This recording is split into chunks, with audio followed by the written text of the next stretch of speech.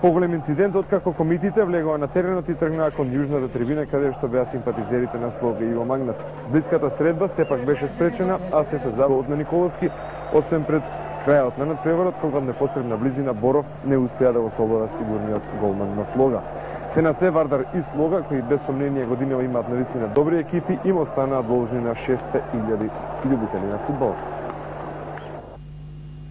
Кои беа премалку за еден ваков надпревар од висок ризик, се изгубија во толпата навивачи и ја искажаа својата немоќ да го спречат инцидентот. А како изгледаше се това, можете да погледнете од снимките што ги направија нашите сниматели.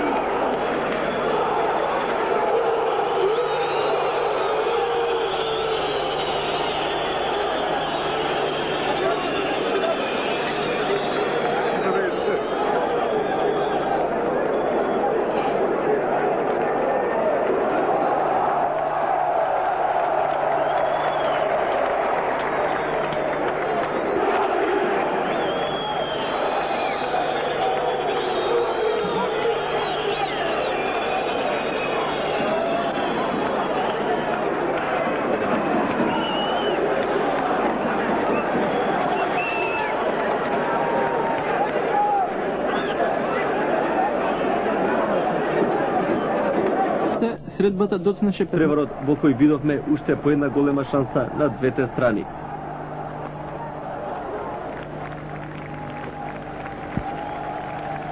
И на крајот уште еднаш да повториме, во интерес на фудбалот и спортот, инцидентот на почетокот од средбата со своите противници.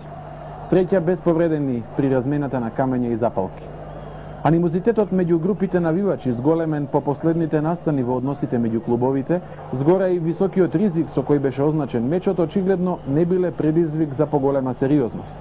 Повторувањето на истите слики во секоја меѓусебна средба, поради што Вардар лани доби казна, неговите раководни луѓе како да не ги научија. Новата управа и нејзиното прво соочување со надпревар од ваков тип не може да биде оправдување. Вардар потврли во организацијата, а не смееше. Полицијата и обезбедувањето, наместо во обичајната строгост, тренираа нежност кон оние на кои воопшто не им беше местото на теренот. Во оваа прилика телевизиската камера може само да го потенцира проблемот кој не е само спортски, туку и социолошки. Незиниот објектив не може да лаже дека толпата млади луѓе незаинтересирани за фудбал, за кои родителите обично тврдат дека никогаш не се предизвикувачи на инциденти, го истураше својот гнев врз делот од јужната трибина на кој не беа само навивачи на Слога, туку и сериозни луѓе со мали деца присутни заради фудбал. Дали се виновни шверцерите или комитите, најмалку е важно кога и за едните и за другите, фудбалот е само спореден. Во целиот скандал, добро е што фудбалерите на двете екипи се издигнаа над настаните кои му претходеа на мечот и не подлегнаа на зголемените тензии.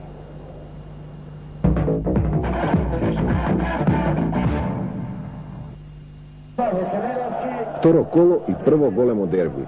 Вардар и Слога Југомагнат вчера требаше да не внесат во убавините на новото фудбалско првенство. Одиграа машки, честно, а и резултатот на крајот беше праведен. Но честопати убавината на фудбалската игра не може да ја сокрие грдотијата на фудбалското обкружување. Особено ако уште на почетокот на првенството фудбалските вандали, наречени навивачки групи, се покажат во полн сјај. Едно запалено знаме на Вардар беше доволна причина на теренот на нашиот најголем фудбалски стадион пред самиот почеток на надпреварот да се заигра комитското. Со намера да ја спасат својата реликвија, но и да се пресметаат со непријателската орда, комитите се упатија на југ. Делумно ја оштетија атлетската патека, искористија секаков тврд предмет што може да се искорне и го употребија како проектил, а не се уплашија ни од живиот полициски ѕид. Нивните противници, покрај тоа што беа желни за пресметка и што го запалија знамето на клубот домаќин, сторија уште еден непростлив греф. Ја осквернавија песната Македонско девојче, заменувајќи ги оригиналните зборови со вулгарни. Надпреварот беше прекинат уште пред да почнеме на лошата организација, а не смееме да заборавиме и на можните последици. Европските фудбалски кодоши сигурно ќе пренесат во својата централа колку лесно навивачките толпи влегуваат во теренот на стадионот каде што нашата репрезентација ги игра сите своји надпревари. Тежина на инцидентот, а и можни последици сепак гледаме во нешто друго. Јасно е, ова беше различно од обичните, за нас, навивачки пресметки. По национално-верската поделеност на протагонистите од двете спротивставени страни, а од слоганите би требало да му се крене косата на главата на едно мултиетничко општество. Лудилото е, впрочем, ирационално, токму затоа што е лудило.